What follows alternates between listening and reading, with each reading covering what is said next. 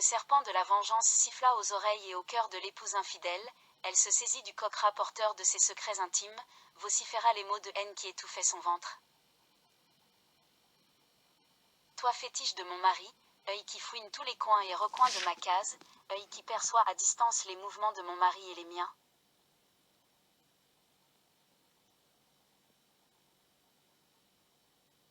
Bouche ignoble et sorcière qui dépaisse mon cœur avec les mots de calomnie, tu ne chanteras plus ton chant de triomphe qui me terrasse et m'humilie, je serai désormais seule à jouir de mon foyer.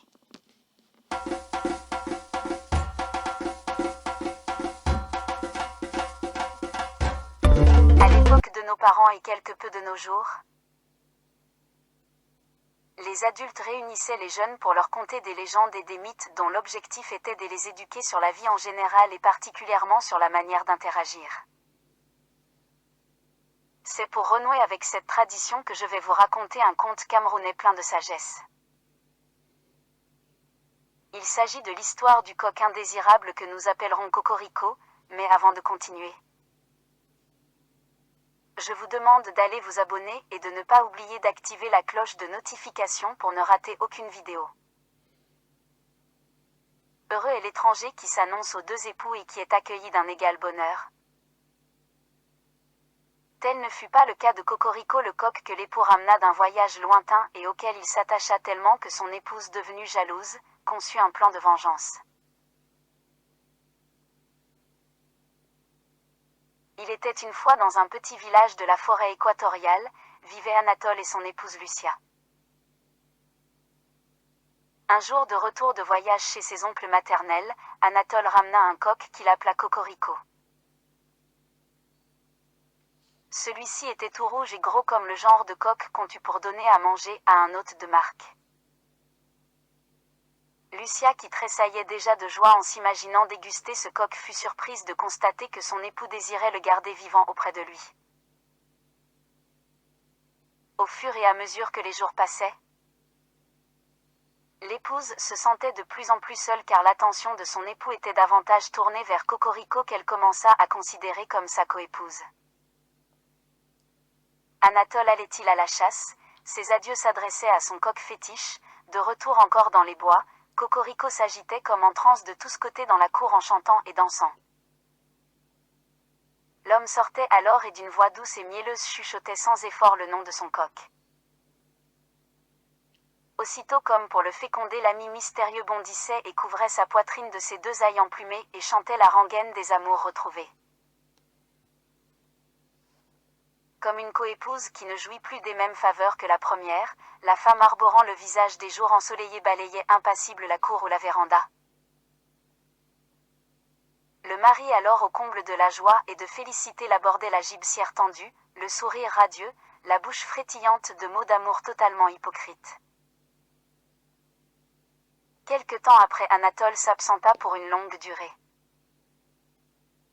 La maison froide et solitaire souffrait du silence de la présence de Lucia et Cocorico.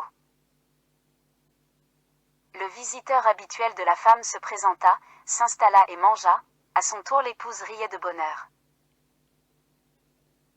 Les nuits devenaient longues pour le coq qui ne chantait plus.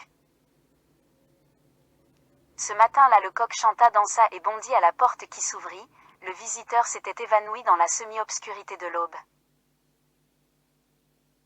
Le mari et son ami Cocorico se disaient des nouvelles sous l'œil visiblement inquiet de l'épouse, soupçonneuse et perdue. Sa part d'embrassade fut froide, mais ne perdant pas le visage ni le cœur, elle inventa un motif de nouveau voyage à son homme encore fatigué qui partit cocu. Le serpent de la vengeance siffla aux oreilles et au cœur de l'épouse infidèle qui se saisit du coq rapporteur de ses secrets intimes, vociféra les mots de haine qui étouffaient son ventre. Toi fétiche de mon mari, œil qui fouine tous les coins et recoins de ma case, œil qui perçoit à distance les mouvements de mon mari et les miens. Bouche ignoble et sorcière qui dépaisse mon cœur avec les mots de calomnie, tu ne chanteras plus ton chant de triomphe qui me terrasse et m'humilie, je serai désormais seule à jouir de mon foyer. Elle tordit ainsi le cou de Cocorico, le dépluma, le dépeça, l'épissa et en fit une sauce savoureuse et succulente, couvrit la marmite.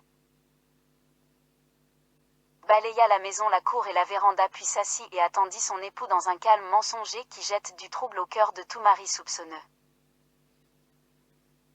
L'homme de retour se figea dans l'étonnement à l'orée du village, aucun chant de coq, aucun crépitement de pattes d'oiseau. Pas débat folâtre de ses ailes qui lui couvraient le visage et les épaules en signe de bienvenue. Où était donc passé Cocorico?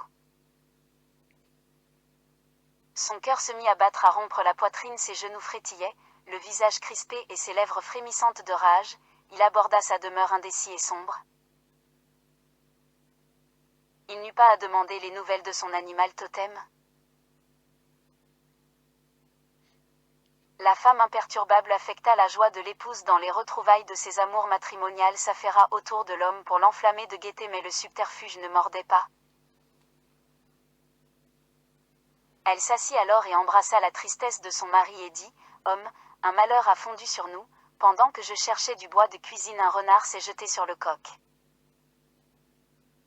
Ces cris m'ont alerté et j'ai couru vraiment à son secours, mais trop tard, l'oiseau était égorgé par le prédateur qui s'avisait de l'emporter dans les bois. Mon courage a pu arracher la dépouille de la gueule du fourbe.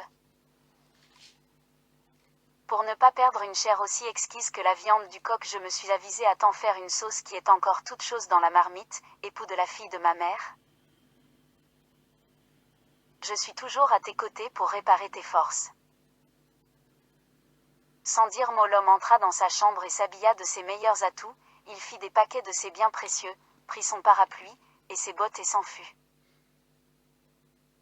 La femme, prise de court par la réaction de son mari, ceignit son foulard autour des reins et se mit à courir après son mari en gémissant. « S'il te plaît mon mari, arrête-toi. Où vas-tu? Pourquoi tu veux me laisser? Tout ça pour un coq? Un coq ne peut pas... Attends-moi chérie, ne me laisse pas seule. Mon père possède beaucoup de coqs, je lui dirai de nous envoyer un gros coq que nous appellerons Cocorico. Oui, qui pour me soutenir? » Le mari sentant derrière son dos les complaintes touchantes qu'arrachaient le remords, le regret et l'effroi de l'abandon, frémit du poids de tous les souvenirs doux et attachants de la longue vie de mariage. Les souvenirs des fiançailles, les débats, les amours cachés aux yeux des parents de la jeune fille. L'orgueil du jouvenceau et sa fierté au milieu de ses amis de jeunesse, les envies, les jalousies, les haines. Il s'arracha au rêve de bonheur qu'il ne voulait plus contempler, il jeta à sa femme le parapluie en signe d'adieu, hâta le pas et continua son chemin. Cadeau de noces raté, la femme passa outre et reprit sa complainte. « S'il te plaît mon mari, arrête-toi. Où vas-tu? Pourquoi tu veux me laisser?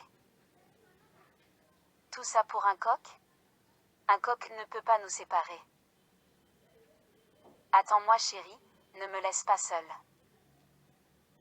Mon père possède beaucoup de coqs, je lui dirai de nous envoyer un gros coq que nous appellerons Cocorico.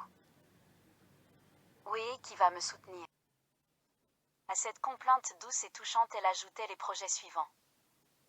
« Je te cuirai tous les matins le manioc sous la braise, je pêcherai dans notre ruisseau le frétillant silure et le crabe, je porte de toi un bébé à qui tu donneras le nom de ton père. »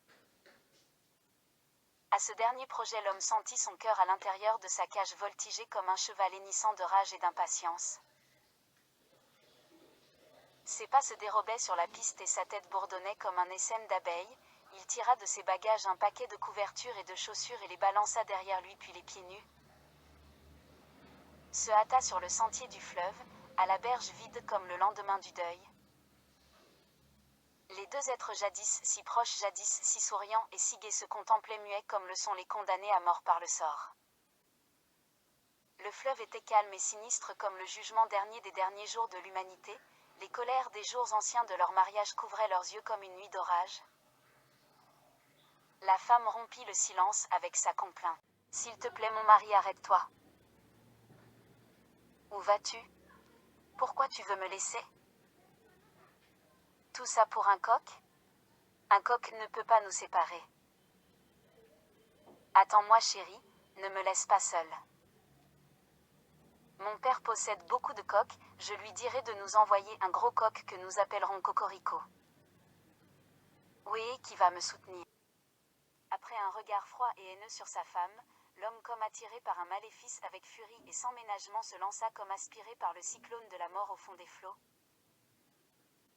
Sa femme n'attendit pas plus vite qu'un nageur au secours d'un naufragé, elle se coula dans le fleuve et on ne la revit plus jamais.